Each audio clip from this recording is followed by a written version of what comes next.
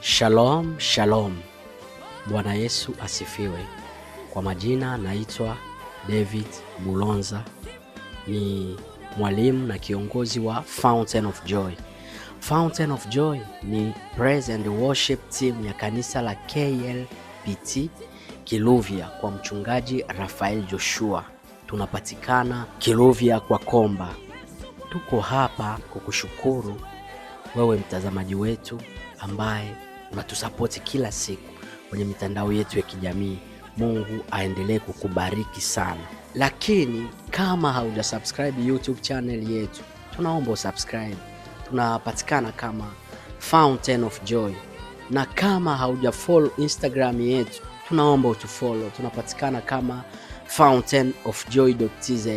Kama haujafollow TikTok yetu, tunaomba utufollow. Mungu akubariki, tunakupenda sana.